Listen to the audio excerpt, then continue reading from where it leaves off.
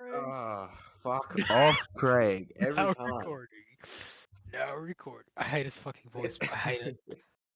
Hello, everyone. Welcome back to episode 2 of the Late Night Lounge podcast. I'm actually joined today by Ryan. Say hi, Ryan. How you doing? Yo, what up, guys? What up, lads? And I'm also joined by me. It's just us tonight. The whole two of us. The whole two of So, us. if you guys don't know, you wouldn't know. Nick is on vacation right now, and also Vacation. James. Well, that's what I'm calling it. He's in North Queensland right now, and Ollie and James have family matters attending to. So it's just gonna be me and Nick. Oh, what the fuck? Whoa, whoa, Yo, who's that? yo, It's Nick. What the fuck? I was not what the expecting fuck? Nick to get in here. What the hell? Nick, we're recording the podcast right now. Dude, this is dude, I'm not surprised. Nick. Fucking whoa. Nick. Okay, he's just Guys, muting in himself. case you think this was planned, it wasn't. This wasn't planned. Nick, just say hi real quick. That's actually epic. Just say hi. Okay, if he doesn't want to talk. Nick, we're gonna spoil. Okay, have you had a chance to beat Halo Infinite? Hello. Yeah. Hey. Have you had a chance to beat Halo Infinite yet?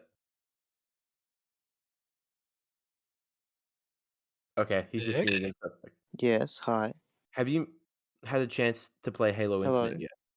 Yes. Yeah, we can Alright. hear you. Nick. Can you Yeah, hear us? we can hear you. Can you Yes. hear us? Okay. Okay. Have you beaten Halo Infinite I don't yet? know what we're talking about. I just saw the thing Have you saying Craig beaten joined, and I was Halo like, okay. Infinite yet? Have you seen Halo? Have you beat Halo Infinite yet? So I don't know what. I don't think you can hear you, Mike. Wait, hold on. Let me try. I Yeah, speak you now. try. Nick. Okay, never mind. You can hear What? Bro. me. Literally comes in. We literally started recording, and he just, oh hey, how's it going? Nick, are you Nick, there? Nick, can you hear Yes. me? Nick. Hi, Michael. Hello. Oh, you can hear us. You can hear us now, yeah? Yes. Okay. Have Okay. you finished Halo Infinite yet? No, but like I said before, I don't care if you spoil it. So Okay. You sure? Have you watched Spider-Man No Way Home yet? no. Okay. We're gonna talk about both these things this podcast. So Yeah. I would probably recommend. I mean, you can stay if you want. I don't want to push you out, but we are spoiling those two. I mean, we tonight. could just tell you when we're about to talk about it. You could just mute us. Is it just you two tonight? Yeah, it's just Yeah, us. it's just us two. Okay. Yeah.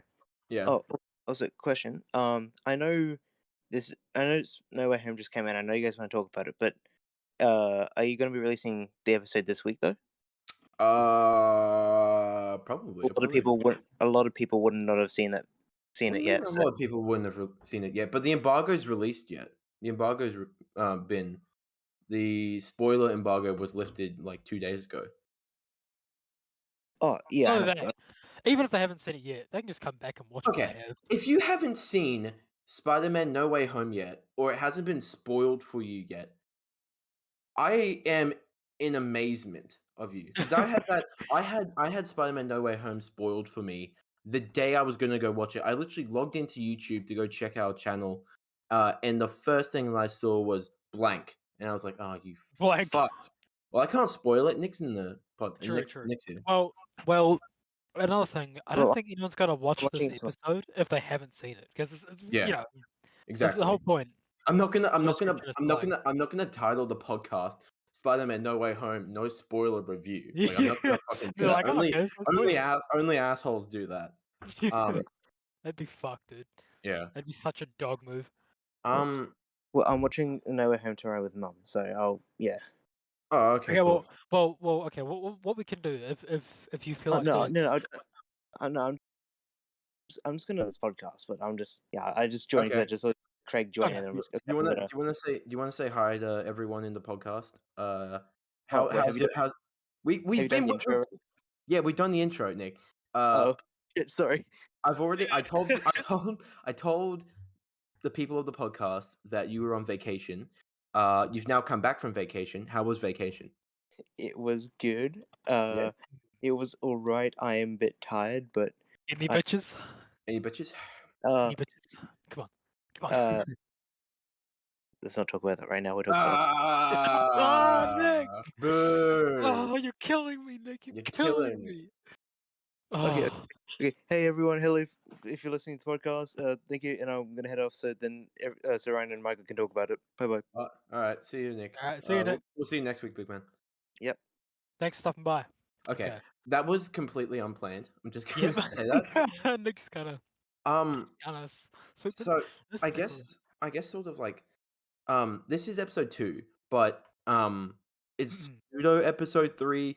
Uh, if you don't know, we had to cancel episode 2 because the sound quality was shit, and also Well, Ollie to was be fair, insane. yeah.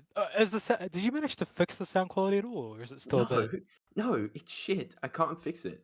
Oh, yeah, that's rough. Okay, well, So there's time to fix that. we've had to scrap the episode. So this is episode 2. We're now shooting the podcast 9 p.m. uh 9 p.m. Sunday, Australian Eastern Standard Time, and for Ryan that's about 12 a.m. Yeah, 12 a.m. 12 in New Zealand time. So that's what sort of we're working with. And then this is all in-house, so I'll take it and I'll edit it and I'll release it like a day or two after. But yeah, that's basically the schedule now. So we'll try and keep that upheld, and hopefully next week more people will be here. But we've just been caught out on short notice. But hey, I mean, Ryan, it's you and me tonight. Let's go. I'm Yeah, excited. no, I feel like this will make for a more, clear, focused episode. So, it's, Yeah, pros and cons, pros and cons. Less people, but I feel like we can get more done this way. yeah, So, definitely. All so right, well yeah, let's you yeah. So yeah. want to jump straight into Halo Infinite?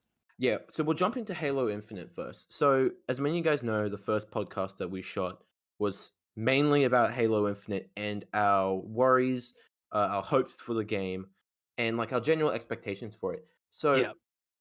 you know, knowing that we're down 3 men, Ryan, Ryan, what was your thoughts on the game, sort of like, and story wise? Because we had the multiplayer. The multiplayer was out since like November, but as in like the campaign, what were your thoughts on the campaign? Dude, are you sure you don't want to go first? 'Cause I've got a No, lot no, to no, say, no, bro. no. Trust I've me, got trust me. so much No, to bro, say. Okay. bro, trust me. You go first. Seriously. Okay. I'm not even sure where to start really. Okay, so just straight off, like, just first impressions. The campaign, I loved it. I just Yeah, generally speaking, I loved it. It was amazing. It was great. it definitely was a return to form. Oh Certainly yeah. for Halo, 100%. Even like an evolution in some Mm, aspects. It was very. Oh, there's so much to talk about. yeah. Well, we Like, got plenty of time, so please don't that's spare true. any details. Okay. Well, I guess the place I want to start the most is just talking quickly about the gameplay because Mm, you know how you're saying you feel like it's returned to form. I yeah, do feel like, yeah, in a lot of cases, it definitely is a return to form. Specifically with the way they've, and I know this isn't really relevant to the gameplay, but just to address it specifically with the way that they've, you know, done the story, particularly like the story is a lot more grounded and personal. That's not how it's always been with Halo, but mm, it's definitely like it's a step in the right direction after Halo 5. 'Cause Halo 5 took it just way too yeah. far up the handle. I So I mean, feel like, yeah. yeah, sorry, what were you gonna say? No, yeah. I mean, like, I agree with you with that completely. I mean, like, Halo 5 was such a departure from Halo.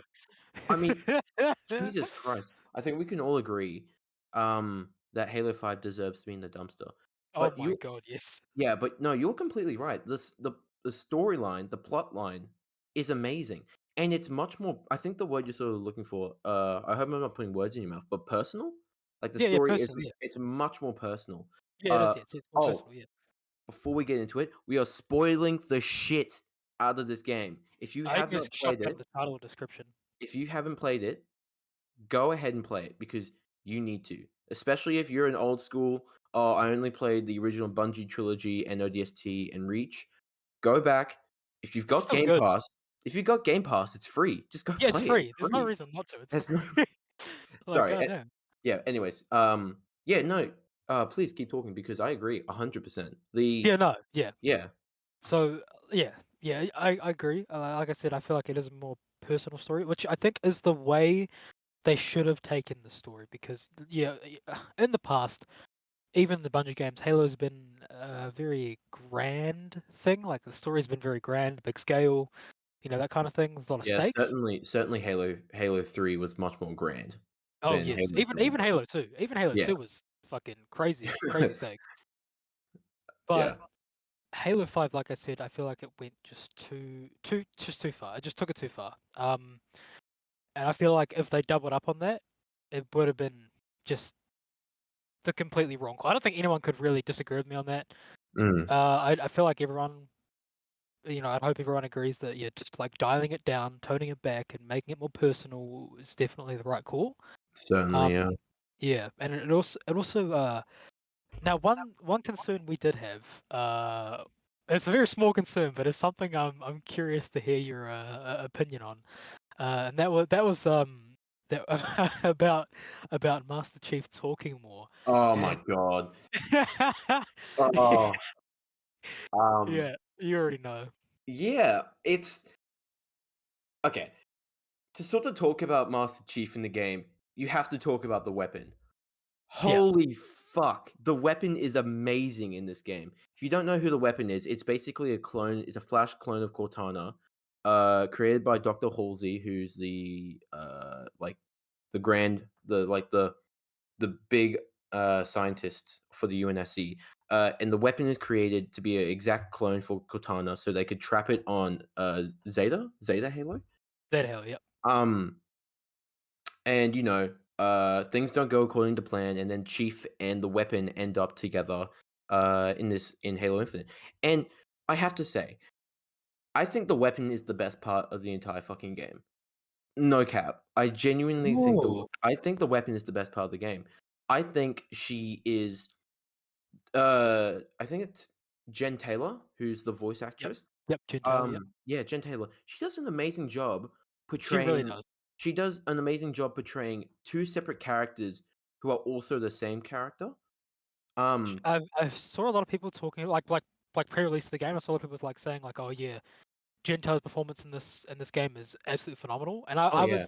was, not that I didn't believe it, but I came into it thinking like, okay, it's probably not as good as everyone's saying it is, but no, it Mm. is. It's her performance is Oh, phenomenal. She yeah, she it really is. It she is. really brought it. It's fucking good.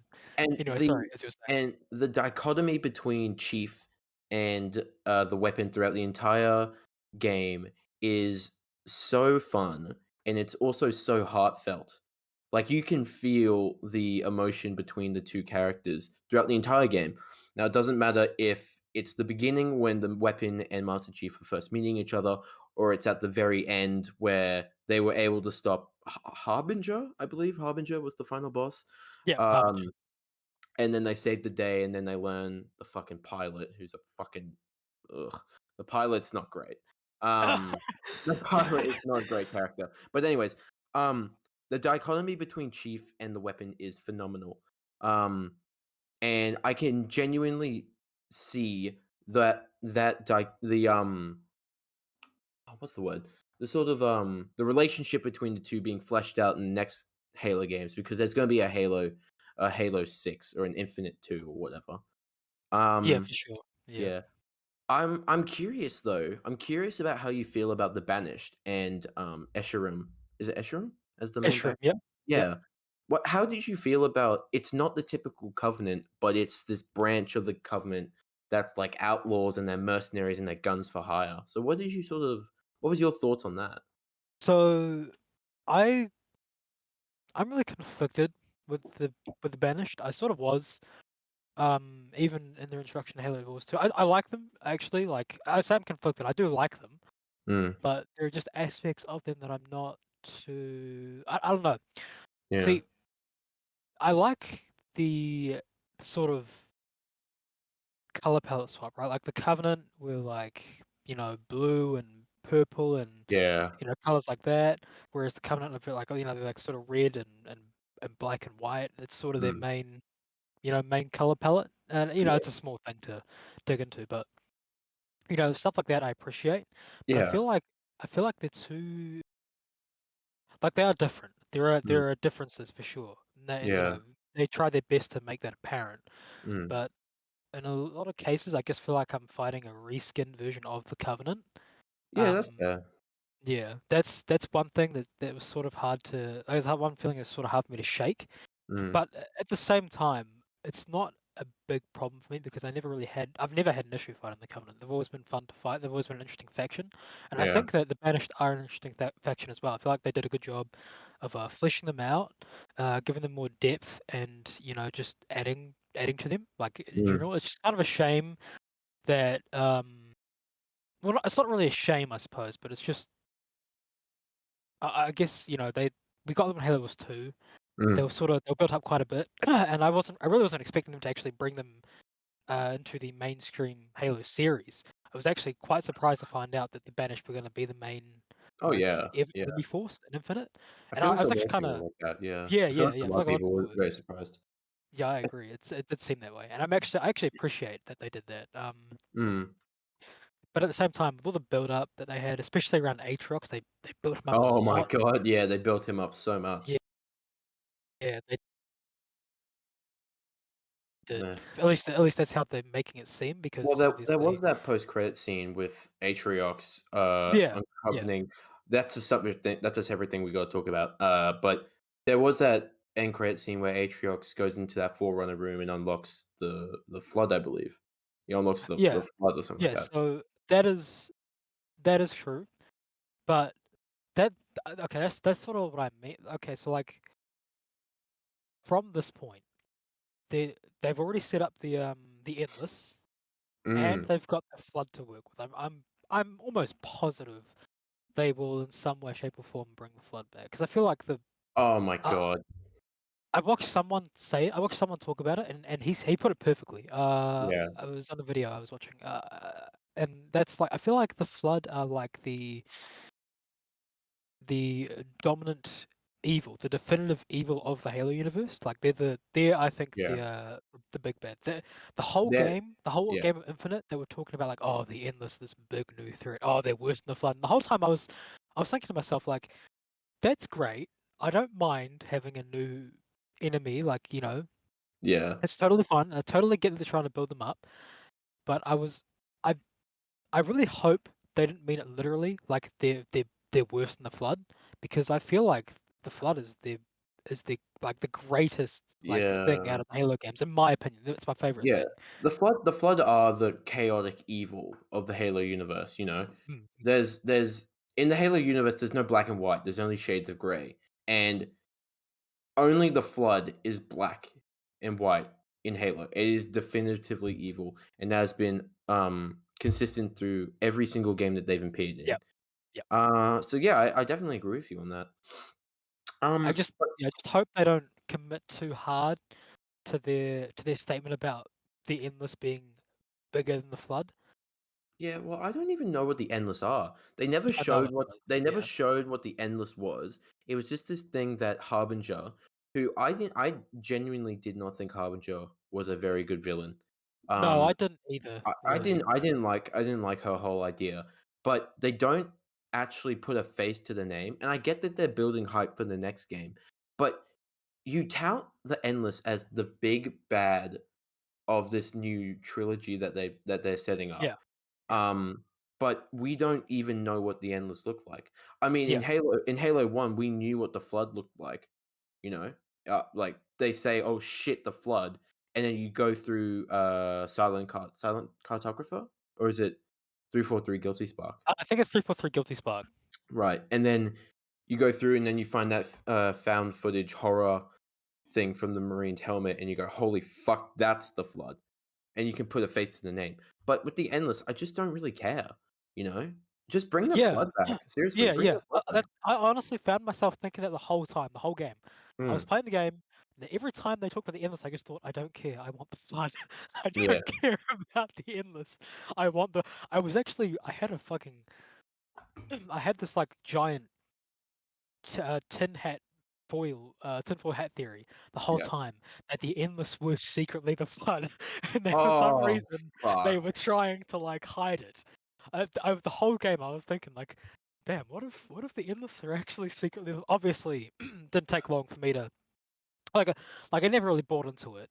I was Yeah. just sort of trying to I don't know, justify like an appearance from the Flood, because the more I played the campaign, the less and less likely it seemed like the Flood were going to appear.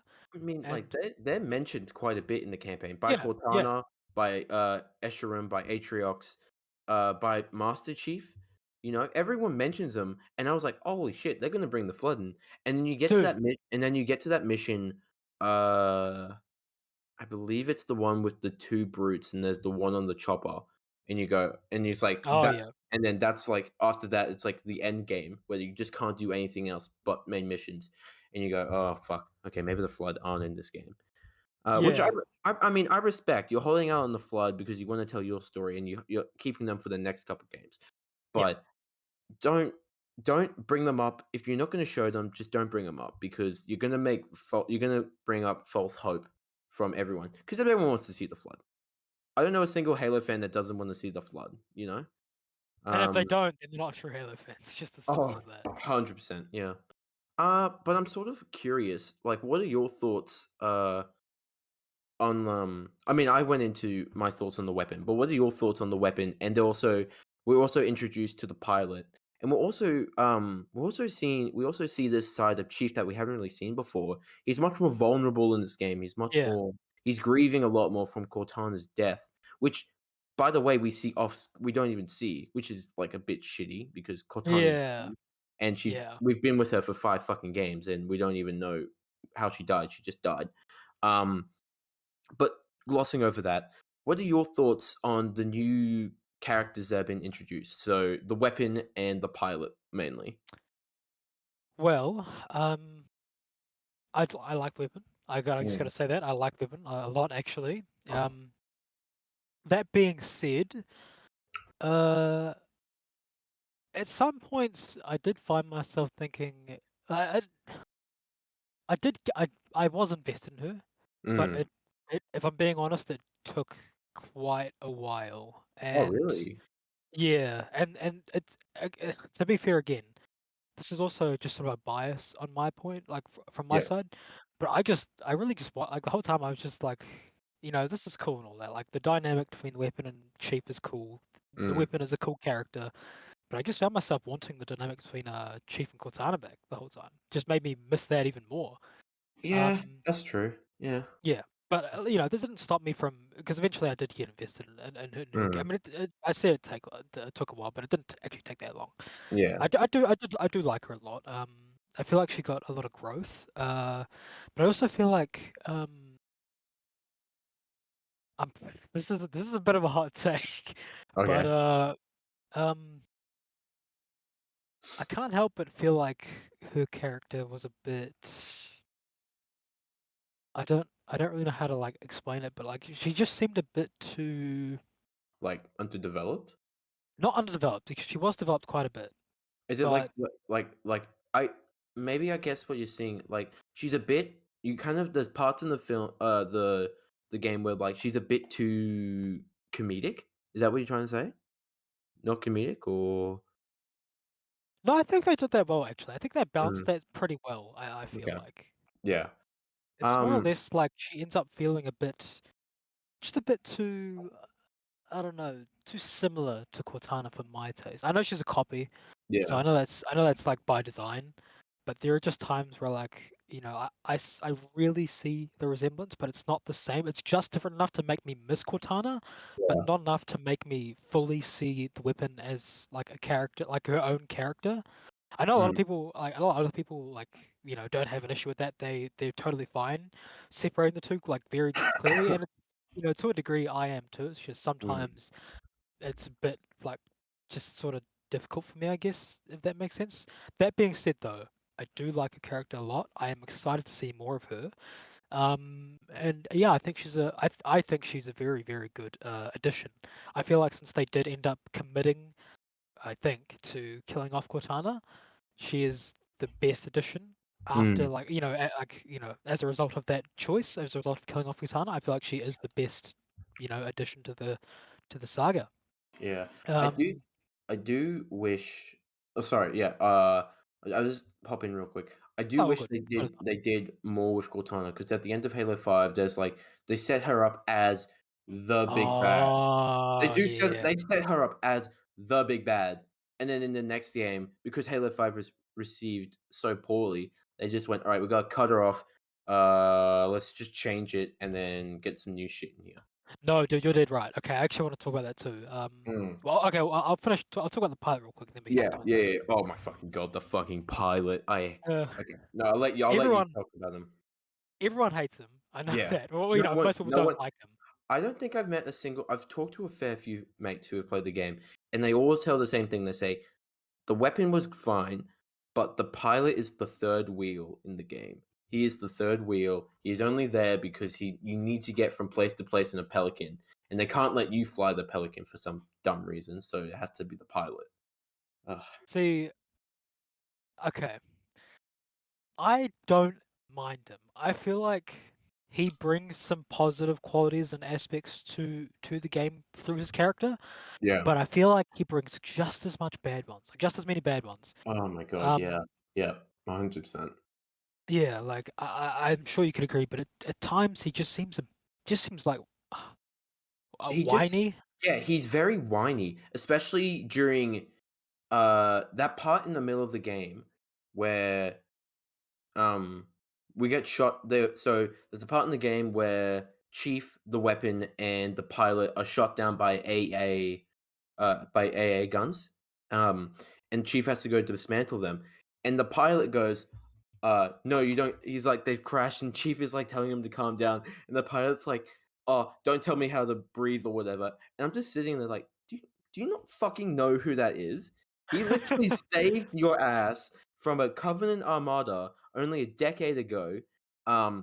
He's literally the savior of Earth, of humanity, and you're giving him shit because he's telling you how to breathe, mate. Who do you think you are, honestly?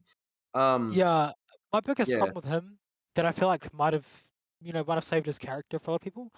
It's just the things he says, yeah, specifically what he says. I feel like if they had just reworded his lines, mm. it would have done so much more for his character. Because Oh, yeah, 100%. yeah, because like a lot of the times with like the way he's feeling, I get that. I get why he's feeling that way, and I Yeah, empathize with that, and I understand it. So like the way he's feeling is understandable. It's it's realistic, I guess. mm. It's just it's just what he says. Oh, Like yeah, it's just what he says. Like I feel like if they executed his dialogue in a different way, he would have been so much better. Like he's always challenging Chief, which oh, yeah. it's fine to challenge Chief, but he just does it all the time, and it's to such a such a high degree. Like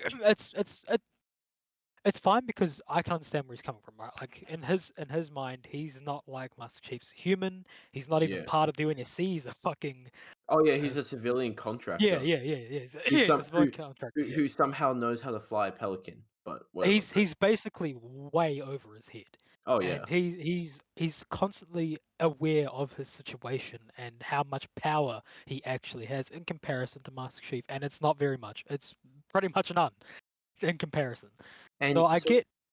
Oh, Oh, sorry, yeah, sorry. no, please continue, please, please, please. Yeah, I get why he feels that way. It's just the way the way they go about showing it is just not. It's just too much. Like if Mm. they tone down the amount he challenges Chief and some of the things he says, I feel like he would have elevated his character. Because I feel like other than that, he's a fine character. I think for me, the issue with the pilot is A, what he says, and B, when he says it. Because Yes, that too, that too. he says like he challenges Chief at the worst possible times. So Chief Yes, would have literally fought through a giant Covenant armada, a giant like banished armada, and the pilot was sitting there crying because there's no slip space engines in any of the Pelicans, and that he's reliant on Chief. And then and then the weapon and Chief have to like console him. And I mean, I get where 343 was going with it. They wanted a human aspect to sort of tap into Master Chief's like robotic side, because do they did do one thing that I didn't want them doing, which was open up Master Chief and make him more human. But in this instance, I felt like it somewhat worked, I suppose. Mm. It sort of worked a bit. It worked much more than how they fucking did it in Halo 4 and Halo 5. Oh god, yeah. Um, but some of the things like the pilot says, he says like the most he says he challenges Chief at the worst possible time. Yep. Like some of the worst times that you could possibly do it. And then he also just seems to he's a constant third wheel to Chief and the weapon. He's a constant third wheel. And I felt that throughout the entire game up until you have to rescue him from the banished sort of like headquarters area, and you have to fight through those like 3 stages of the UNSC sort of like training pits. Um, I felt like by then his character was a bit saved because he was much more heroic at the end because he had been with Chief so much. Um, I just didn't like his character really. I thought he was so whiny and like, Yeah. but I do understand where 343 was going with it. They wanted to have a human aspect to it, but even even if I was in his shoes and I'm with Master Chief, and me knowing what Master Chief has done, I'm sitting there like, "Yeah, man, fucking you do what you need. You do what you You need. do I what will you help need to you. do, bro. I will Hey, help you hey, out. hey, man, you need a fucking warthog. I'll fucking fly that thing in, no Bro, you need a problem." ride from point A to point B, I got you. Seriously. I'm here. I got you. Yeah, but so look like that's like my 2 cents on the character. I love the weapon. Not a big fan of the pilot who's later like I forget his name, but it's a very generic sort of Spanish name that they end up giving him. It's like what's your name? It's like, "Oh yeah, I don't know, Mario." Oh, that's Italian. Fuck. Whatever. Oh my Whatever. god. Shut up. Shut up. Oh, that's so good. I don't know if you agree, but I feel like his character at the end is a lot better. Oh yeah, he does go through a significant character growth during the end of the game. Um, but dude, Dude, talk about movies. sometimes he just oh my god, he just gets on my nerve. I will say that part where you shut down the spire and you have to run out of the spire and he flies the pelican like into the ground so you can jump into the back. That was a great fucking scene. Oh, Um, yeah, that was a good scene. yeah. Yeah. But yeah, that's about it. Um, I guess sort of like overall. Sorry. Is there anything else you want to talk about for Halo Yeah, Infinite? we need to address Cortana. Cortana, that's right, that's right. Yes. Okay. Biggest. I'm gonna just say right here. Biggest waste of an opportunity for storytelling ever. You You have know, I you agree. have you have this character, right? You've okay. You fought with this. You have fought alongside this character for 4 games, right? That's like what 15 years. And then in the 5th game, she turns out to be the big bad. She turns out to become this big bad. She's literally controlling galaxies. She's like taking galaxies by hostage. Everyone's scared of her. So I thought Halo Infinite was going to be the game where you have to stop Cortana before she activates the rings and destroys everything. And then the final boss fight would be you versus Cortana. That would be so much better than what we got. But instead, Cortana is killed off screen, so we're introduced to the weapon, who's not a bad character by any stretch of the imagination, but there's no emotional payoff to it. Yeah. I mean, Yeah, there's no payoff to it. Yeah. You're dead right. not one time in the game do you ever actually speak to Cortana. You just talk to echoes, which are these Yeah. little memory fragments that she leaves behind The because the weapon. closest you get is like a personalized goodbye Oh, message if the she leaves. personalized message goodbye, which was so fucking specific that there's no way it could have been personalized. I just biggest, and you and I were talking about sort of story beats that like are wasted yesterday. We were talking about the blip in the MCU and how Marvel Yeah, yeah, yeah, yeah. has not used that at all for storytelling. What is with companies having perfect storytelling like structure set up and then just blowing it, completely blowing it? It's insane. See, for me personally, I actually It's not that they didn't go with the story they set up in the last game that bothers me. Because if I'm being honest, if they actually did continue with that story from the last game where Cortana was the big bad and she was controlling the Guardians and she was going to activate the Hither Rings, that Yeah, would actually really bore me. That I yeah, wouldn't like that. that's understandable. Um, unless they, this is a big bias, of course, but unless they brought in the flood, then Oh my I god. mean, I kind of like it. But assuming they didn't do that because they didn't do Yeah, it for this game. yeah. That story, had they continued with it, in my opinion, would have been inferior. At least I would have enjoyed it a lot less. So I feel like them going with this story for Infinite was the right choice. I just feel like they transitioned into it very poorly. With Cortana, I mean, Oh yeah. specifically. I'm not. Like you I'm said, not. she died off screen. And like Yeah. what the fuck's up the fuck's up with that? I'm not saying that they should have like after Halo 5, you needed to take like a step back and go, all right, we have to change this because the fans aren't happy with this and whatever. But Cortana has been by your side since the very beginning.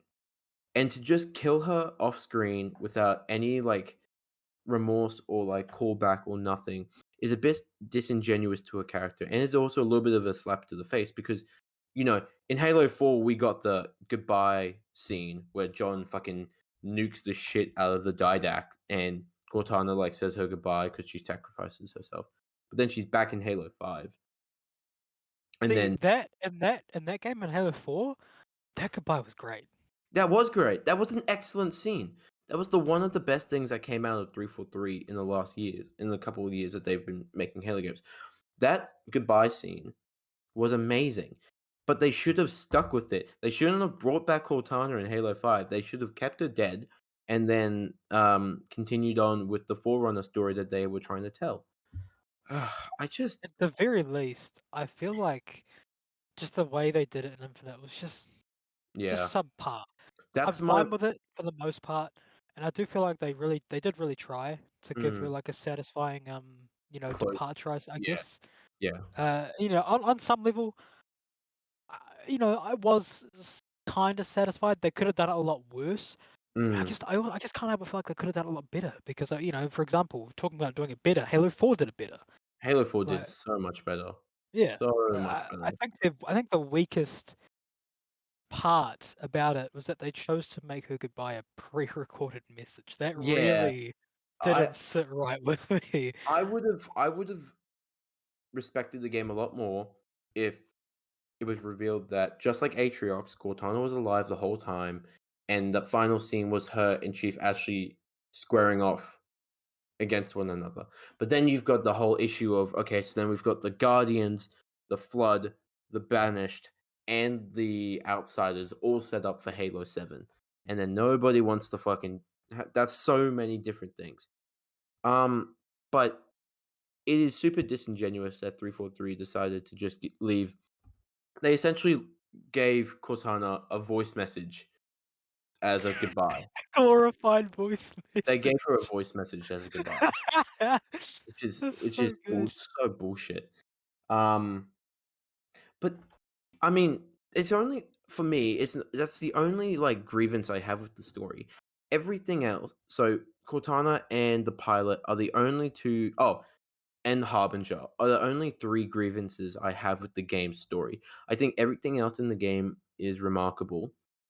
It definitely feels like a return to form, just like how Call of Duty Modern Warfare felt like a return to form. Halo Infinite feels like a return to form. Uh, yeah. Anything you want to touch on to that? Again, I've said this already. It's a big bias of mine. I'm just sad we didn't see the flood. The flood. Yeah, Yeah, we I got you just gotta see the flood, man. You've been. I mean, in Halo 4 there was that mode where you could play as the flood. Halo 5 there was nothing, and now Halo 6 you're basically promised us the world, and we can only hope that in Halo 7 you deliver. see. That's the thing. I wouldn't mind so much, but it's just like even if they do introduce the flood in the next game or the game after that, it, Mm. I'm just saying the way that they've made it seem. It seems like they're building up the endless as the big bad. I fucking The hope not. I Oh man, yeah, really I hope hope not too. Maybe they, who knows? Maybe they'll make them interesting in the next game, but I highly doubt they'll be as interesting as the Flood. I don't think anything to me will be for Is there Halo. Halo is for me, the Flood is peak. is there anything more interesting than the Flood? I suppose the I was see that's very interesting because after Halo Infinite finished, I was actually really I sort of went back and looked at the whole Halo lore thing. There's a lot of interesting shit that goes on within the Halo realm Oh besides the yeah, game. There's the so much. human insurrection, which was when humanity like was split in half and there was like a second civil war, but it was intergalactic. Then there was the Spartan 2s, then there was Spartan 3s, and then there was Reach, where we all know Wait, Reach. this is all like post Oh, Forerunner era too. You've got yeah. all lore from back when the Forerunners were a civilization and like Oh, the yeah. There's Flood books. Forerunner lore. There's a trilogy There's based on literally that. so much lore And but the in yeah, Halo. so much lore, but people don't know about it because they just play the games, which is a bit of a shame. But you can also it's you don't want another situation in Halo 5, like in Halo 5, where to understand the story, you had to seek out a lot of external media to understand. Yeah, yeah. Whereas Halo 6, it feels like clean slate, we've reset everything. This is good, this is bad. Go fight this. You're on Zeta Halo. Run wild. Wait, and there's one thing I'm curious about because I didn't actually, I still don't quite understand it. Mm. That post-credit scene with Atriox, Yeah. that's after the story, right? That's after Yeah. everything's happened. Yeah, So that's that off. means he's alive. Yeah, he is alive. Well, Because we don't know that. We don't know if that was after. Sorry, okay, I'm okay, so because stupid. I was confused because I was Yeah, like, I couldn't tell whether that was happening after the story and he was still alive, or if that was happening before he quote unquote died. Because yeah. he also Well, died off screen. throughout the entire game, the banished are like 4 Atriox. But in the post-credit scene, you see Atriox enter this Forerunner building, and there he is, alive and well, like seeing the flood and going, "All right, I'm gonna about to end this whole man's career." Well, actually, before we get off the topic of Halo Infinite, that fucking opening cutscene where Atriox is laying the smack on Master Chief. I have never Oh, seen such blasphemy in my entire life. What was that? Oh yeah, I my feel like they god. definitely could have had Chief put up more of a fight. Chief puts in 2 good body shots in an Yeah, uppercut, and then yeah, two Atriox body just shots and an and uppercut. then Atriox just slaps him across the room. Oh my god. Like I get that Atriox is a bad dude. He's a tough guy. He's Atriox. He's been built up like fuck. I get that he's Atriox, but Chief is Chief. Yeah, Like Chief is Chief, dude. That's like like I'm you not saying Chief should have won, but he we we definitely could have put up much more of a fight than that. okay, we put Chief in the same regard that we put Doomslayer in. I don't think Doomslayer is getting bitched around by some lowly alien who No, no, no, I no, no, don't no, no, I no, don't no. I don't think that's No, happening. no, no, no. This is where I have to. This is where I have to respectfully disagree with you. No, But you Chief don't and no. Doomslayer are not in the same. Oh They're my not. They're not the god. same. They're not No the same. way. Look, I love Chief. I actually prefer him over Doomslayer ever so slightly. But Doomslayer is a literal god. He's literally a god. They just I'm don't compare. I'm putting my boy Chief over Doomslayer any day of the week. Any day of the week. Chief's fucking body's Doomslayer. Put it in the comments who you think's better, Doomslayer or Master Chief. I See, think I think Doomslayer is more powerful. I think he has more experience. he's definitely more Um, powerful. Like, but like but definitely. I think Chief has better battle IQ. He's more. Oh well, that's the issue because oh fuck, shit. You've got me thinking. Maybe Hold on. Do you maybe honestly think that Chief could take Doomslayer in a fight? I don't. Okay, I don't think he. I don't think he could get. I don't think Chief could kill Doomslayer, but No. I think he could get kind of close. No. Yeah, I No. think Okay. sort of close. Okay. Okay. Michael, do you know the law, the new law of Doomslayer? Do you know it? I mean, I played Eternal like twice, and that's about it. Michael, he's literally a god. A god. Oh Like my. a god god. He's a Yeah. god. Okay. All right. Did you play the DLCs for the game? Oh yeah, hell yeah. Okay. Multiple times. Okay. Fucking Anyways, love it. We're getting off topic. Halo Infinite. Halo Very true. Infinite. Good point. Good point. Um, Yeah. So I'm not saying that Chiefs should have beaten Aatrox because I feel like the loss is probably what would happen. I guess. Oh, actually, I feel like it's a 50-50. I just don't think it should have been as one-sided as they made it I seem. don't. Like, I don't think he should have gotten bitch slapped like he did by no, me. no, That was especially since they built Aatrox up so much, and then the very first cutscene of the game, he comes in and he fucking slaps Master Chief around, which is fine, but then he dies. Like, that's why so would you make him true. seem that You powerful if he's just you gonna fucking die off screen? you Like, make this what? big deal of because I loaded up the game and I'm sitting there and watching a cutscene and I'm just yelling bullshit throughout the entire cutscene. And then that first thing where he goes in and he finds the weapon and he goes status report and she says Cortana has been deleted. And I'm like, what the fuck? And then you play through the level a bit more and then you meet oh wait actually no, you're playing through that level where you're going through the banished like flagship and you learn from Escharum that Atriox is dead, and you're like, "What the fuck? He literally just bodied me, like last thing." Exactly. Like, And then if he could kill me and something's killing him, how the and fuck am then I gonna beat and that? then and then you play the game further, and then you meet the weapon, and then she's like, "Cortana has been successfully deleted," and you're like, "What the fuck? That's like two of the main characters Yeah, just yeah, killed off just gone screen, off screen. just Yeah, just gone." Like, it's so jarring. Another yeah, thing is apparently that from what I've gathered playing the game, I don't know if this is true or not. I haven't really fact checked this, yeah, but it seems like they were making it like it seemed like they were saying that Escharum. I mean, I'm pretty sure they basically confirmed it. Like Escharum basically taught Aatrox everything he knows. Like Escharum basically acted as a mentor to Aatrox to a degree. nah, surely not, right? I Surely mean, I not. I could be wrong. It seemed like that's what they were saying with a lot of like their dialogue and all that. It Mm, seemed that way. I'm not, or at the very least, like they were like good friends, and yeah. Escharum helped him in some way, or like Mm, taught him something. It just see that's how they made it seem. They made yeah. it seem like Escharum was almost. I don't know if stronger is the right word, but like above Atriox. I don't know if that's true. But just He does seem to have quite a bit of a hard on for Atriox. Like yeah, throughout the entire thing, everything he does is for Atriox. Um, but you do get that sort of feeling where it's like, wait, is he like superior to yeah, Atriox? because that that Or that to me, like playing the game, that's how they made it seem at some points. Again, I mm, don't know if that's true or not, but yeah. that's just how they made it seem. And if that is the case, Mm. and Chief got bodied by Atriox, how did he Absolutely beat slammed. Escharum? Ugh, It's just it doesn't really add up. I mean, I guess yeah. it doesn't really need to, I suppose, but Mm. I don't know. It just seems a bit One thing shaky. okay, yeah. Yeah, I can see that.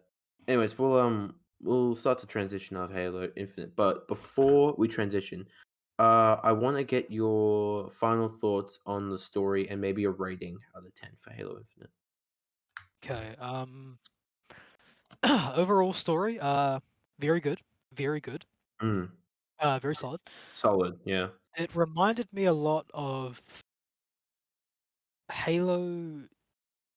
This might also be biased because it's my favorite one, but it reminded me a lot of Halo 2 in some ways. Oh yeah. Um, yeah, well, actually, no, that's not true. It reminded me of all the previous Halo games in a lot of ways. I feel like they really borrowed aspects of past Halo games and built upon them. And Yeah. there were some times where they just outright made like references or callbacks to old Halo games. Like there's the fucking long ass pipe that you fall through, and that was Oh straight yeah, out of yeah, Halo yeah. 2. That was There's straight out of Halo 2. I was shocked.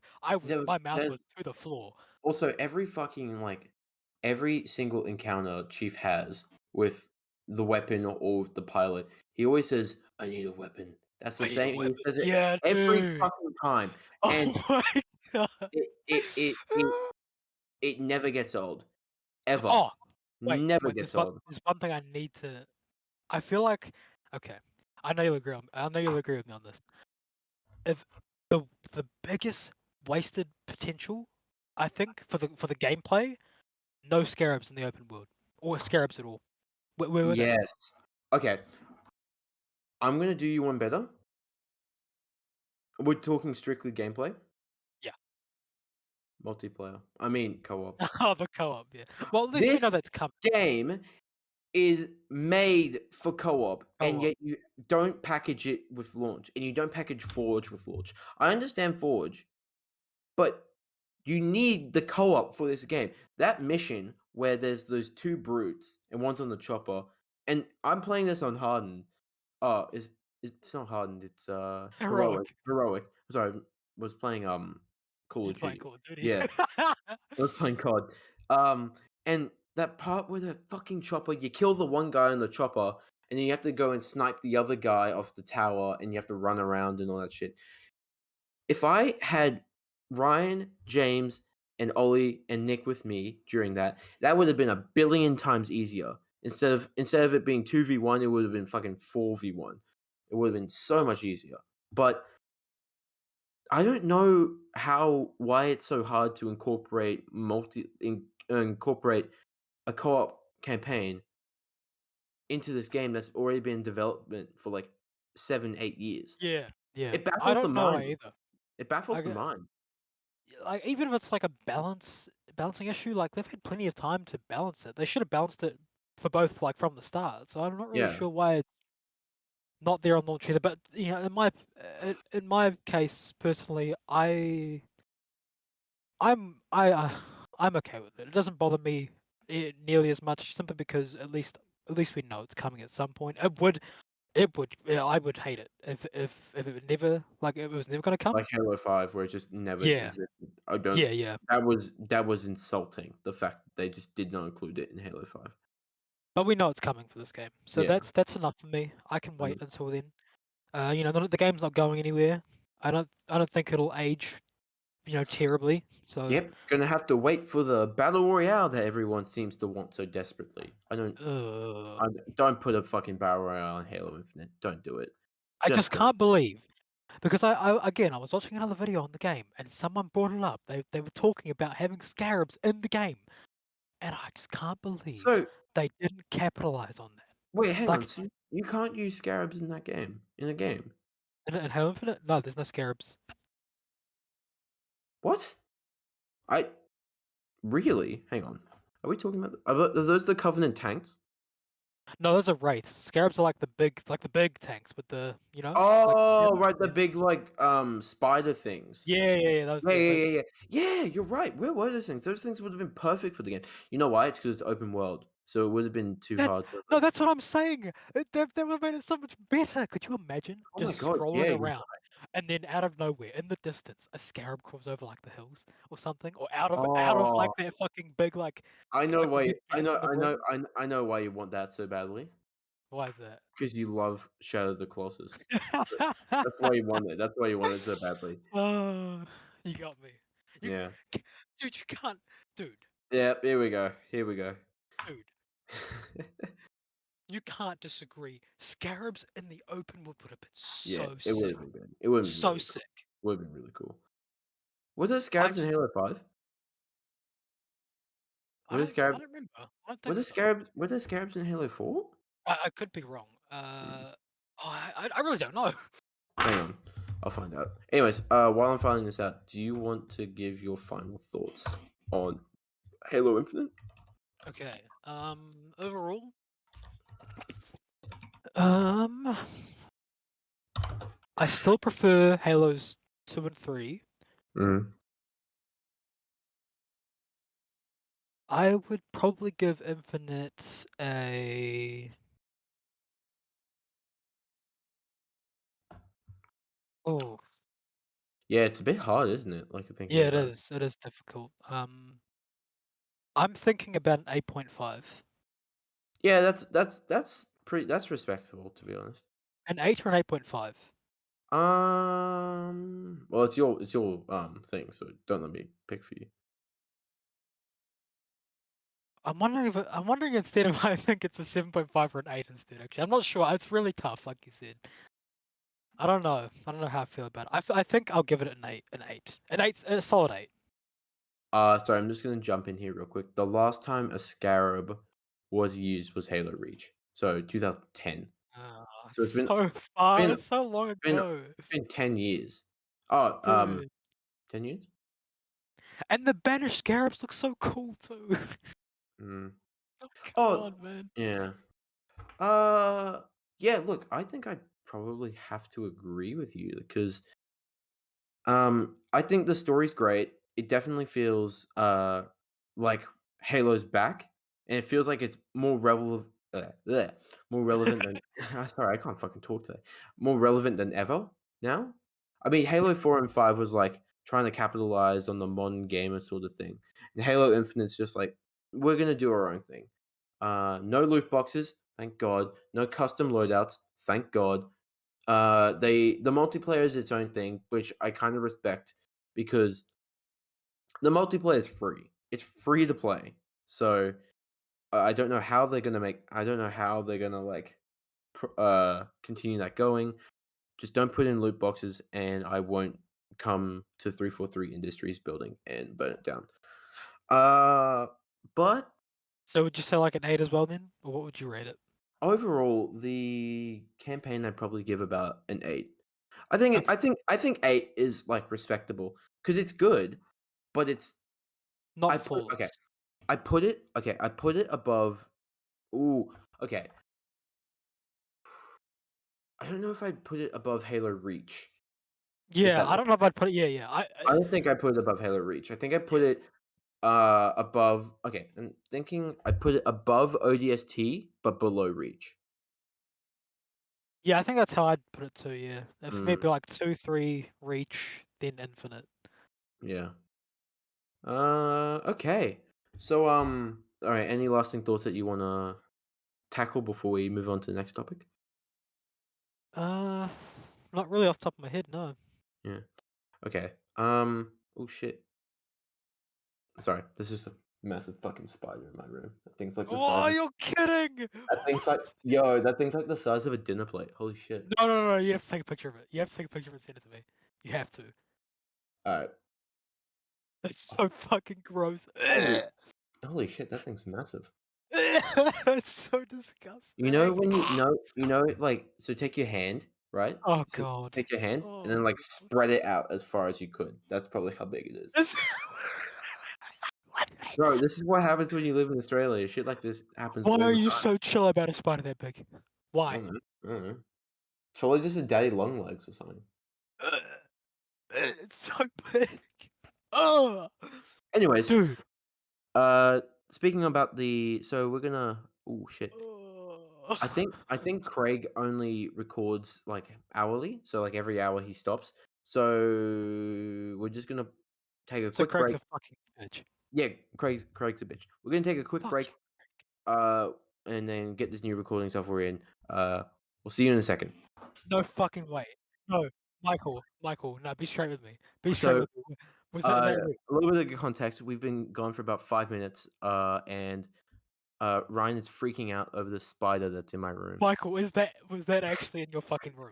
Yeah, man, I swear, it's in my Are room. you fucking with me? Are you No, fucking with me? I'm not fucking with you.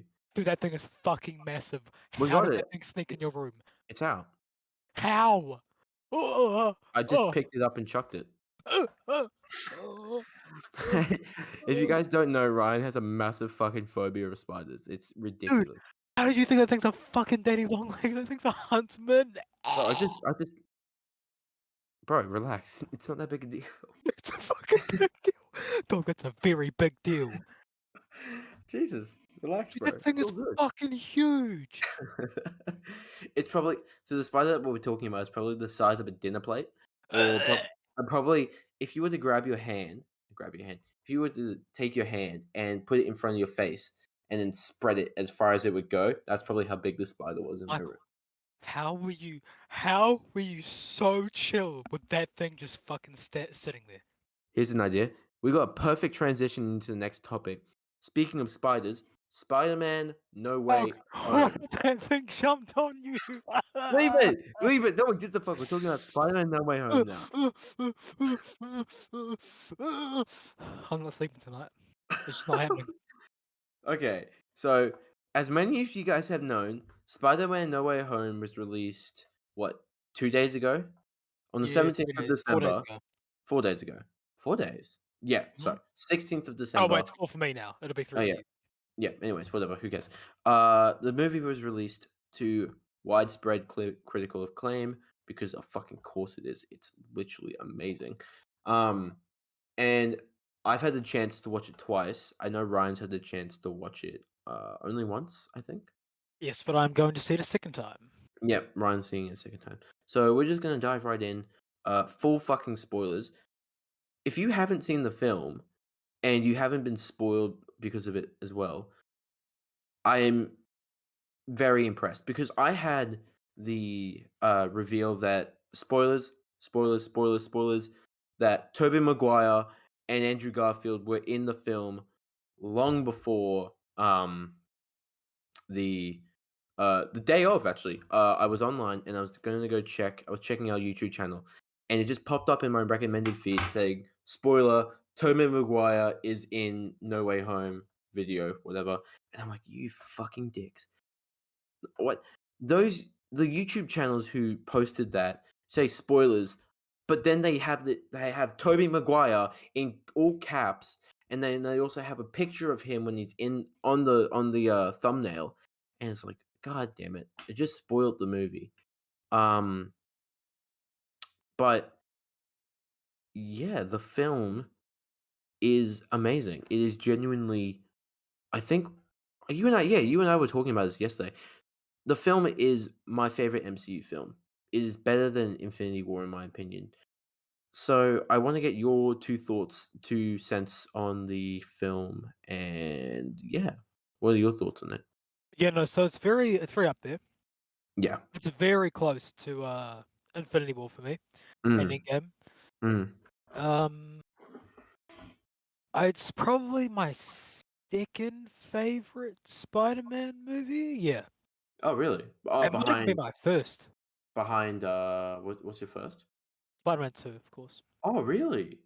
Yep, Spider-Man 2 is a great movie. Because a lot of people have Spider-Man 2 at number 3 and Into the Spider-Verse at number 2. Oh, wait, no, yeah, sorry. Yeah, that's what it is. God, Into the Spider-Verse, Into the then it's Spider-Verse. Spider-Man 2, and then I'm not even sure though. I think No Way Home might actually be my favorite now. I'm not. I'm It, I'm really not sure. Into the Spider-Verse is next level. If you haven't seen Into the Spider-Verse, watch it. It's very good. I think Um, probably Into the Spider-Verse, then No Way Home, then Spider-Man 2. yeah. But yeah, let's just dive right into it. Tobey Maguire and Andrew Garfield are both in the film. They are they are played by their original actors. They are amazing. They share time. They are in the film not as just a cameo, but they are legitimate supporting characters. Um, you know, I'm curious, and I need to know what did you think of what did you think of the I can't talk today. Jesus Christ, the um the Spider Man in the film. So, oh, that's a tough one actually. I feel like between Tobey Maguire and Andrew Garfield, I feel like Andrew Garfield definitely got the better treatment. Oh yeah, definitely. Yeah, I feel like they seem to really give his character effort, like a lot of Mm, effort, and they really paid homage to him in his movies really well. I think, especially when you think about like the whole Gwen dying thing. I feel like they really paid homage to that really well. And we yeah, both know the scene where he saves MJ. It's just that's amazing. Yeah, it's great. yeah.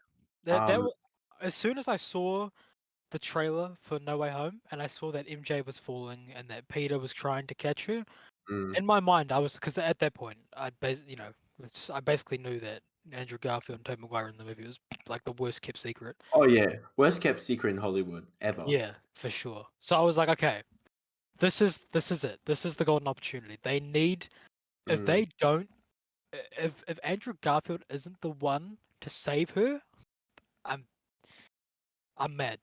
I'm yeah, mad. I'm I fucking mad. I do not think this film would work if they had introduced the Spider Verse villains, but didn't show Toby and um Andrew. I Yeah. feel like if the film just had Peter in it, just had Tom Holland Spider Man in it, it would not work.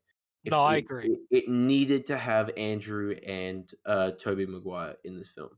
I fully agree. I fully Um, agree. And I feel like it would be the same like vice versa. I feel like without their Spider-Man villains, they would have just seemed out of place and oh yeah, they just would have seemed like they were there for the sake of it. yeah. Oh, sorry. But yeah, I feel that you are definitely right in the fact that Andrew Maguire, Andrew what Maguire. the fuck is wrong with me today? Andrew Maguire. Oh, I love it. He's my favorite one, Andrew Maguire. Whatever. Andrew, Garfield. Andrew Garfield definitely had the better treatment, and I feel like the reason before that was because he was cut off. He only got 2 films. Yeah, Like he didn't get a chance to close that trilogy. So I feel like Marvel was like, all right, let's give him his character closure. Essentially, Spider-Man No Way Home feels like the third film in the Tom Holland trilogy, but also feels like Amazing Spider-Man 2.5 and Sam Raimi's Spider-Man 3.5. it Sort of does. like It it's really like does. it is closure on those characters because we're never gonna see Andrew Garfield and Toby Maguire play Spider-Man again Yeah, unless they voice their characters into the next Spider-Verse film. Um, but yeah, definitely felt that Toby Maguire was a bit underused. I He agree. he certainly had the least amount of screen time. Certainly had the least amount of dialogue. Yeah. Uh, that scene where they're on the scaffolding and he says, "My back." The fuck that is My back. Oh, I love so that. I great, couldn't stop thinking about all the memes when they so said that, bro. great. And me and Ryan pointed out the fact that we only found this out before the podcast. They do the meme where the three Spider-Men are pointing to each other, and we didn't actually realize it happened into the film until like afterwards. But you've got Willem Dafoe's Green Goblin. I'm somewhat of a scientist myself. You've got Andrew Molina and what's his name? It's something Alfred Molina? Alfred Molina. The sun, the power of the sun in the palm of my hands. Um, and there's also that callback with Tobey Maguire when he meets Alfred Molina's Doc Ock, and Doc Ock goes, "How you been?" And Toby goes, "Trying to do better," and that's a direct callback to Spider-Man 2 when Doc Ock calls Peter lazy. So I think it was really good. Obviously, the villains are excellent in the film. You've got Willem Dafoe returning as Green Goblin, Alfred Molina returning as Doc Ock, um, what's Jamie Foxx, I believe his name. Jamie Foxx as Yeah, Electro, and you got Thomas Hayden Church as Electro. Sandman. Yeah, and fuck, who plays Lizard? I forget I who don't plays. I don't know his actor. I don't know I his forget actor. his actor as well. Um, you can definitely tell who the main villains are in this film, though. It is Doc Ock, it is Electro, and it is Green Goblin. And Green Goblin. we'll get into why Green Goblin is the main baddie. But before we get into that, we need to talk about how excellent the villains are in this film. I thought the way that they did Doc Ock in this film was brilliant. He's a he is at the start. You've got that highway bridge fight, which we're given a lot more context to, and he's the first character. The whole point of the film is that Peter fucks up one of Doctor Strange's spell. The film takes place a week after Far From Home.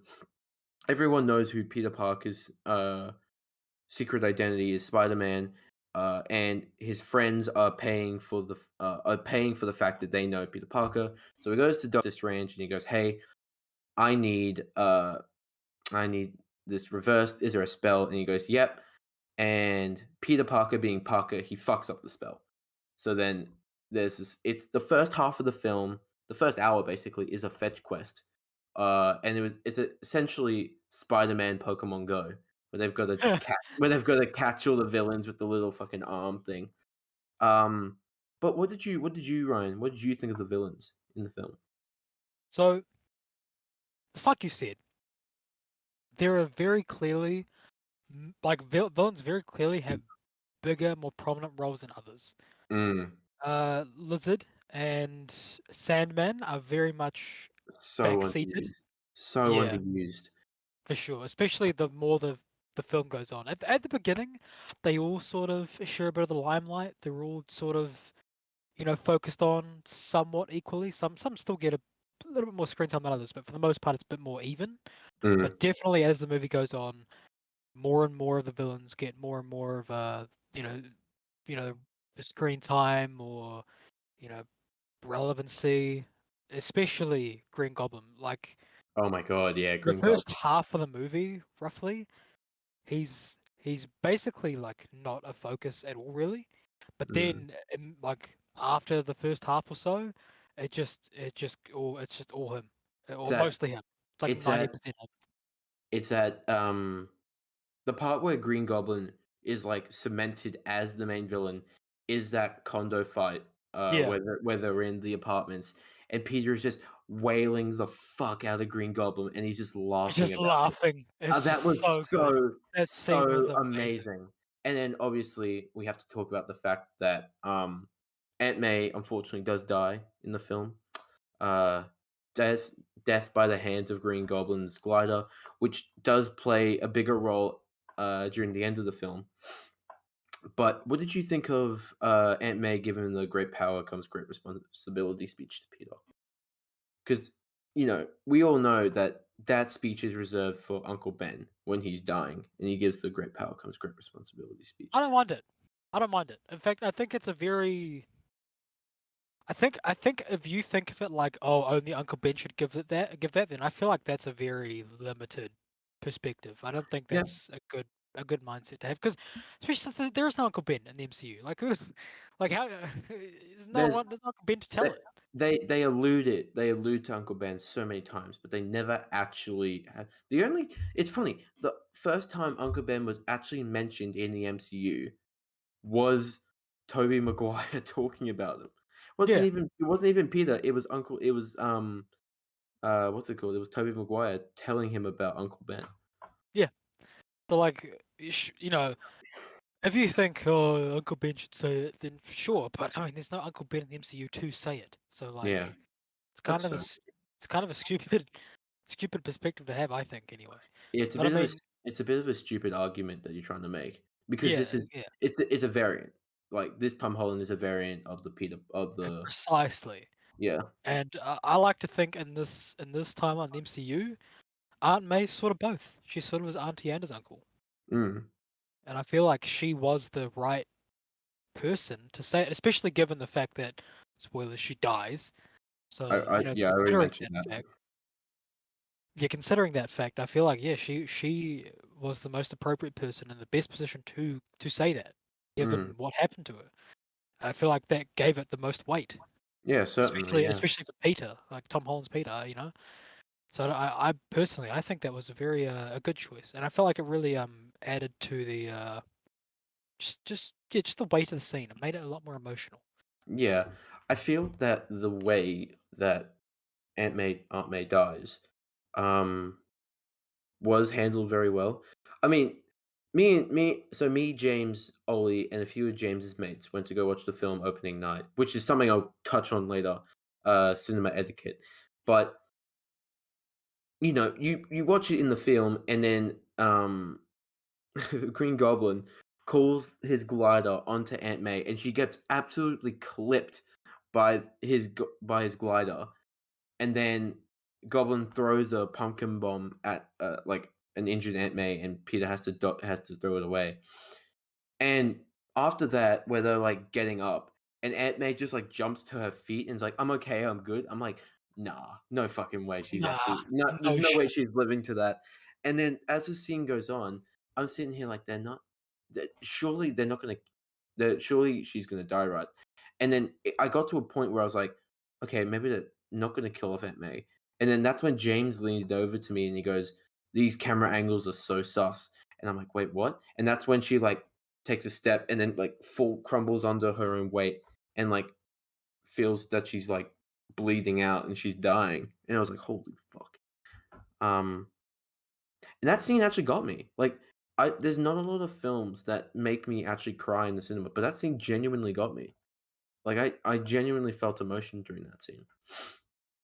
Yeah, Um, it was pretty emotional. the No Way Home, the best way I can describe it is certainly a roller coaster of emotions. There's really high points and there's really low points, and it just sort of fluctuates throughout the entire film. Um, but it is No Way Home is a lot more grittier. It's a lot more darker. It's a lot more violent than what um, Far From Home and Homecoming was. It's a completely separate movie. Um, yeah. You know, Uh, talking about her death scene, Aunt May's death mm, scene. I was actually thinking the exact same thing as you almost like watching that scene, leading up to it, the whole time, even before that, like throughout the whole movie, I was thinking to myself, every Spider-Man has lost something or someone important to them. mm, Like Tobey Maguire lost his best friend Harry, yeah. and Andrew Garfield lost the love of his life, Gwen Stacy. And Yeah. I was thinking, like, okay, there's a trend here, and to really diversify, their experiences and their traumas, the logical step to make in this film is to kill Aunt May. So I Yeah. was thinking the whole time in the back of my mind, I feel like Aunt May's probably gonna die. If they're gonna kill off anyone, it's gonna be her. See, I was Um, oh, sorry, before you say anything, I was yeah, under the impression that they were gonna kill yeah, you're right. I was under the impression that, okay, they're gonna kill either Aunt May or Ned.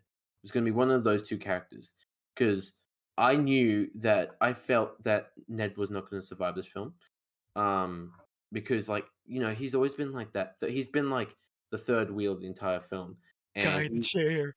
he's the guy in the chair. Oh my god. I love that, just going off topic, I love that fucking scene in Homecoming where he's literally in the computer lab, and he's just running around, like, using different computers and finding shit out, and he gets found out, and That's great. the That's teacher's like great. "What are you doing in here?" He's like, "I'm watching porn." It's so fucking funny. That was Um great. Yeah, but I was under the impression that Ned was gonna die. But, when you see Aunt May get clipped by the glider, you're like, "Okay, yeah, she's fucking dead. Okay, cool." Yeah, I And definitely then thought Ned was like a solid like backup for them to yeah, kill off. Like he yeah. was definitely a solid B plan. Mm, But I definitely still felt like May was the biggest contender. She's at the most risk. yeah, certainly. And also, sort of like jumping onto that, uh, Doctor Strange was, you know, surprisingly good within this film. I mean, Benedict Cumberbatch is great in whatever he does, but Doctor Strange in this film is the mentor to Peter that, like, essentially makes him grow up. You know, Tony Stark was, kind of baby. Tony Stark, like, you really think about it. You think back to Civil War. Tony Stark basically manipulated a kid into going to fight Captain America in a foreign country, and then in what was the other film? Far From Home. It was Blue? Oh, far from home. Far From Home. It was Quentin Beck, Mysterio, Oh yeah, who ended up betraying Peter for to get a pair of fucking sunglasses, which was yeah. like Dick ridiculous. And move. then, yeah, and then No Way Home was Stephen Strange, who's this fucking egomaniac who just he's like, "You've messed up that spell. You messed up the spell." Even though he did let Peter manipulate the spell, but that's a different thing. I thought he was great in the film. A bit, I think he was in a the perfect amount, like the perfect amount of time that you need him in. You didn't need him Yeah. in the entire film, uh, you know. But that fucking scene where Peter's trying to get away from Doctor Strange, and he gets put into the mirrorverse, and like all that illusion shit's happening. That was so cool. I love that so much. Dude, the visual effects for like Doctor Strange's character in the MCU are always just Oh so yeah, good. it's seriously like holy shit, like impressive. The Um, production value, you can really see it. yeah. But, fuck, that part where, like, Peter goes like, oh, it's just geometry, and then he's like using geometry to figure out how to beat Doctor Strange, which shows that he is a smart kid. But that fucking part where he goes, you know what's cooler than magic? Math. And then he closes the portal, and I'm like, oh, fuck off. That's so. It's the nerdiest Uh, fucking line I've ever heard. uh. I Anyway, appreciate it, but like, oh my goodness. Peter, yeah, what are you doing? yeah. Peter. Um, yeah. I thought the story was really well done. The lesson the ending was fantastic. I thought the ending was amazing because The ending was sad as fuck. it's Oh my it's god. that's true. It is sad because okay, so in the end, the only way to stop so in the end they end up just what's it called? They ended up curing all the villains that were came through in the multiverse. But before they were able to, Green Goblin destroyed the hex that was keeping the spell at bay. So now the spell is bringing all of Spider-Man's villains from every possible universe into the MCU universe, and the only way to sort of stop it from happening is if everyone forgets about Peter Parker, which is a whole other can of worms. Um, but I felt it was almost a necessary evil for Peter Parker's character because you can't have a Spider-Man that's running around New York City and everyone knows that Peter Parker is Spider-Man. It sort of takes, the whole point of Peter Parker is he's supposed to be just a regular old teenager, balancing life, school, and being a superhero, and that's his whole character. But you can't really have it when Peter is in $1 million Stark Tech suit with fucking like AI cameras and like drones that are able to like help him everywhere. So it is a sad ending to the film where everyone forgets who Peter Parker is. But it also is it gives me a lot of hope that they're gonna do going forward in this next trilogy that's gonna happen. They are gonna bring justice to the character. Um, but yeah. Yeah, Oh, they're the really taking him back to his roots and like yeah, really focusing on the fundamentals of what makes Spider-Man Spider-Man. yeah, I appreciate definitely. that.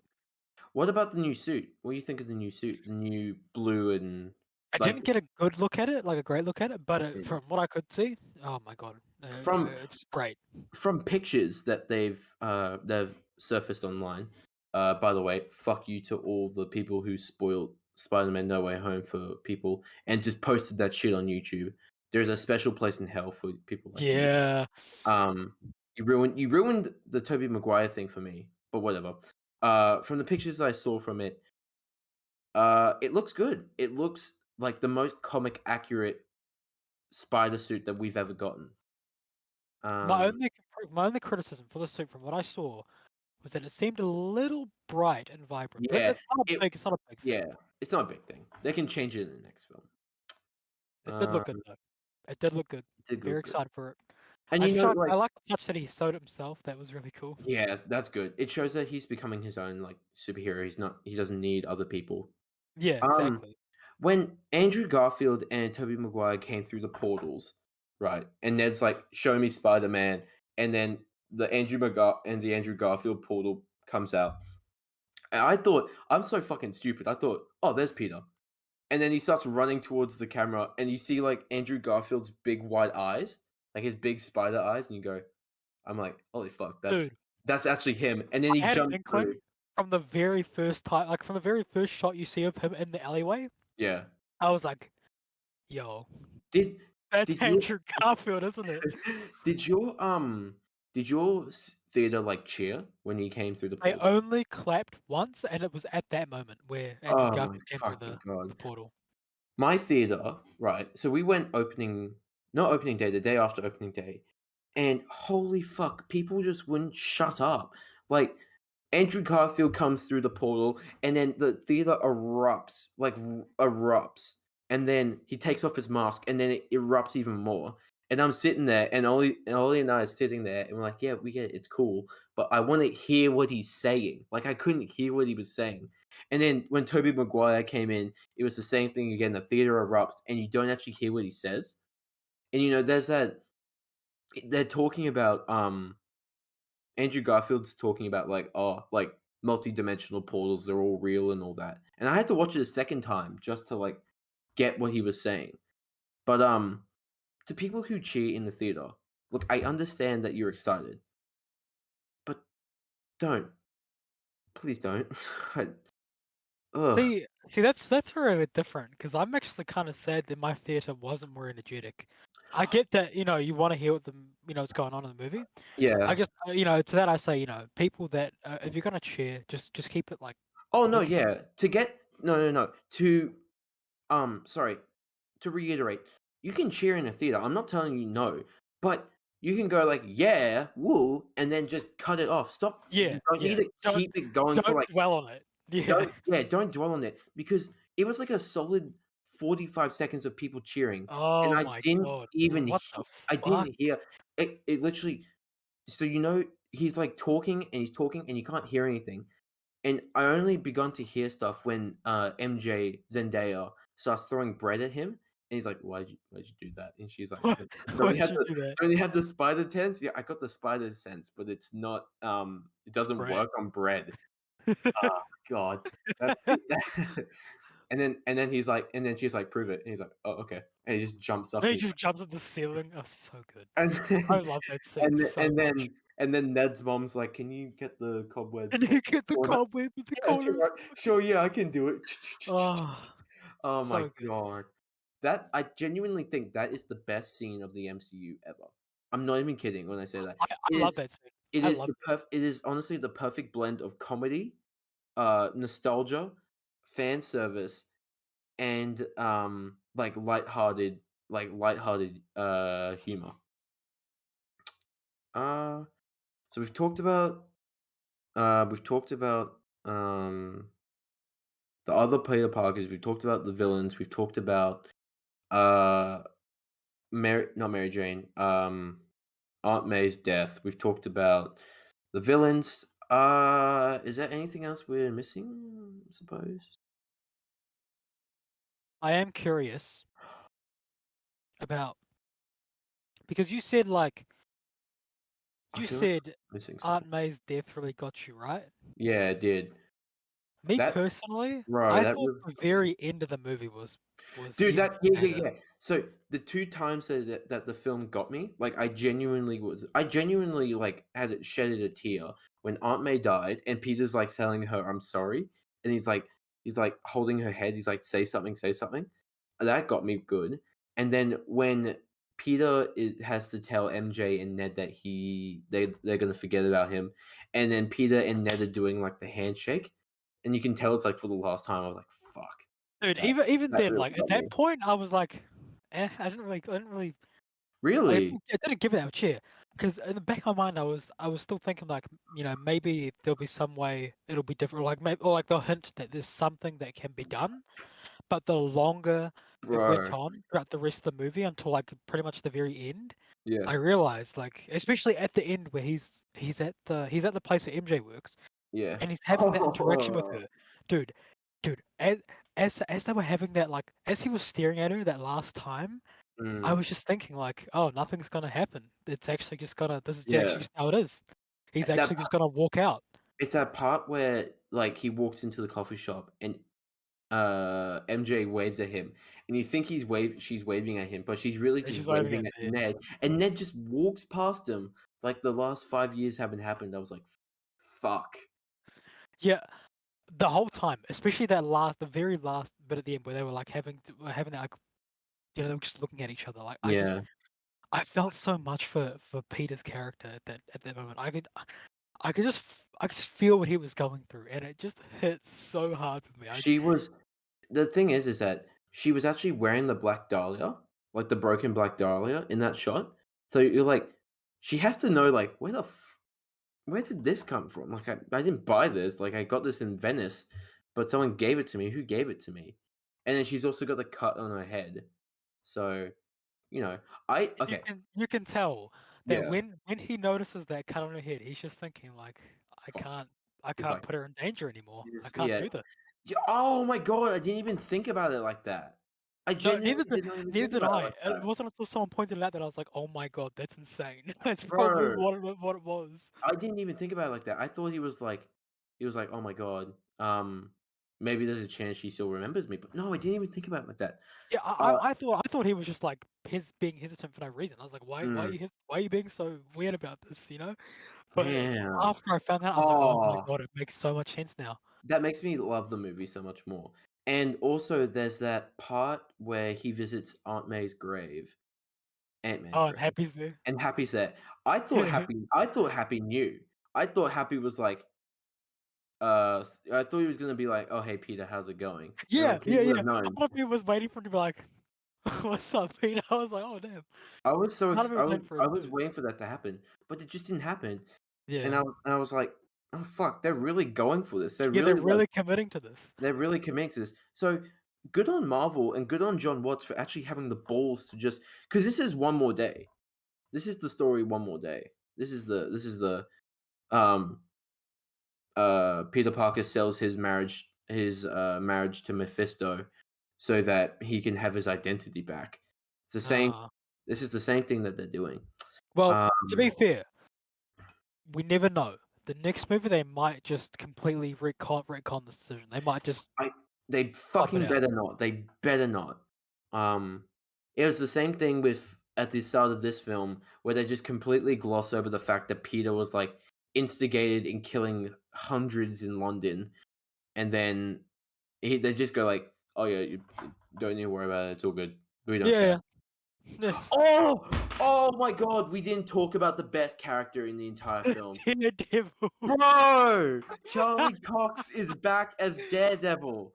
Oh my god, how did I forget about that? Oh So my does that god. does that mean his show's still cancelled though, right? No, yeah, the show's cancelled. But No. Charlie Cox, okay. If you have not watched the Daredevil 3 seasons of Daredevil on Netflix, stop watching this podcast right now. Log on to Netflix because I know you have it and watch it. It is the best cinema. It is the best TV show out there. I'm not even joking. And It's no, definitely the okay. best Marvel TV show for And you sure. know what was so sad about it? In the theater, right? So you know that part where they're like, "Fuck, how are we gonna like, what's going on and all that?" And then you just see the cane, right? You see the cane, and nobody in the theater like is reacting because they don't know who the fuck it is. Yeah. And then it's just me in the background, and I'm just like way over in the back. I'm just standing over in the back. I'm like, fuck yeah, Fuck woo, yeah. yeah. Yeah, maybe that's what I'm I talking was about. the only person excited for it. It was so exciting. And then he catches and then he's like, and he talks like that. Like he's not like it's not like it's a different character. He talks like he He did in genuinely Daredevil. talks like he's exactly the same. He's like, you know, you may have dodged your legal troubles, but there's still the court of opinion, of public opinion. And then you just hear the glass shatter, and he catches the brick. Oh my fucking god! And it was a perfect amount of time. Like he didn't dawdle or anything. He was there, and then he did his part, and then he just wasn't in the rest of the film, which was a bit of a shame because Yeah, I did want yeah. Daredevil to be I there. was I was like doing the same thing. Well, when I first saw him come on the screen, I was excited, but Mm, I was listening for people like to see if anyone was reacting to it, and nobody. I Dead couldn't. Yeah, I silent. couldn't hear anyone. Like the people just the movie just carried on like normal, and I was It was just there the like, God damn, am I only really the only one that knows? only time I've ever cheered in a theater. I was literally the only one. I'm just sitting there like, yeah, woo! And then Ooh, yeah, maybe Ja- that's what I'm talking about. James leans over to me. He's like, "What the fuck are you doing?" I'm like, it's It's Daredevil." And he goes, Daredevil, man. What do you mean and by he that? goes Daredevil, and he goes, "Oh shit, yo, Daredevil!" I'm like, "Yeah, it's over. The thing's over." And Yeah, he yeah, the catches moment's the passed, brick, buddy. and he It's all catches right, the man. You're a brick. bit late. You're a bit Oh late, my you know. fucking god. Um, I genuinely thought that Daredevil was going to show up in the final scene, but I am happy that he didn't because No, I'm happy he didn't. it would have taken away from the other Yeah, yeah, I agree for sure. yeah. Um, but yeah. Fuck. I just every time I think about that scene where Andrew Garfield jumped through the portal. Andrew Whatever. I can't talk today. I know. Garfield. When Andrew Andrew Garfield, Garfield. when Andrew Garfield jumped through that portal and he's like, Toby "It's Garfield. okay, it's okay." And then that scene where you see Matt Murdock for the first time, it's like, He's got the cane. Oh fuck! It just makes me smile. I think this is the only time I could genuinely say fan service added to the film. Like Yeah, it actually added to it. a lot of times fan service is just so just yeah, but in this film, oh, it's so good. It's so good. You literally can't. Oh, even if it was bad fan service, I couldn't bring myself to dislike it. Oh fuck no! I was If you so told, hooked, man. and the funny thing is, I was thinking about it. It's like if you told someone back in 2007 that okay, listen, in a couple years Spider-Man 3 is going to be the last film in the Tobey Maguire era. But don't worry, in a couple years they're going to reboot the series with a different actor. His name's Andrew Garfield. Now that film's only going to go for 2 films, and then it's going to be cancelled again. And then a little thing is going to come by. It's called the MCU. You'll love it. You'll love it. It's going to be one continuous universe. There's going to be a Spider-Man in that, and he's going to fight the Vulture, and he's also going to fight Mysterio. Now he's also going to fight alongside the Avengers. That's a different thing. But in Spider-Man 3 Far From Home, Andrew Garfield and Tobey Maguire are going to cross over with Tom Holland's Spider-Man and they're going to fight villains. Imagine telling someone that in 2007. They wouldn't believe you. They would be like, You're no cracked fucking out, bro. way. No shot that's happening. What are you smoking, honestly? Yeah, not for real. Yeah. I definitely wouldn't have. That's No. man. It's insane. But here we are. It's Yep. happened. Oh, it's Here we so are. So yeah. Let us know what you guys think of Spider-Man No Way Home in the comments. I'm sure everyone don't post spoilers because just don't. Oh well, no. People who are watching this would have seen the film by now because it's gonna say spoilers. Yeah. Fuck you guys. Fuck the people who who spoiled the movie on TikTok and on YouTube. Because I had a few mates who had their they were literally walking into the cinema and they were scrolling through TikTok and then they saw the scene with Daredevil. So good. sorry, I just literally liked out. Thank you for spoiling it.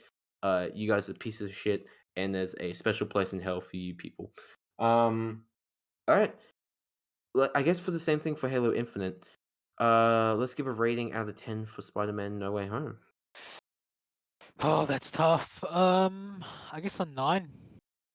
Really? A I'm 9? happy with a 9. Yeah. I'm going to 10, dude. I'm seriously Wow. giving it a 10 out of 10. I genuinely think this is the best Spider-Man movie ever made. Um, Actually, you know what? I'm going to correct myself. I think this film, because I think Spider-Man Into the Spider-Verse is a 10 out of 10. So I'm going to put it on the same level as Into the Spider-Verse. So Spider-Man No Way Home and Into the Spider-Verse are both 10 out of 10s for me. So yeah, that's what I'm going to give it. So See, yeah, Spider-Verse is a 9.5 for me, and yeah, No Way Home really. is a 9. Yeah. Oh wow. To be I fair, I thought don't really like rating things 10 out of 10 because it just feels too good. it does feel arbitrary. Yeah. To me, a 10 Uh out of 10 is like literally perfect, and I don't think there's anything that's literally no, perfect. So, nothing no film is literally perfect. yeah. Until All the day right. we have that literally perfect piece of media, I don't think anything's getting a 10 out of 10 for me. Mm, yeah, that's true. So I guess the key takeaways from it is thank you.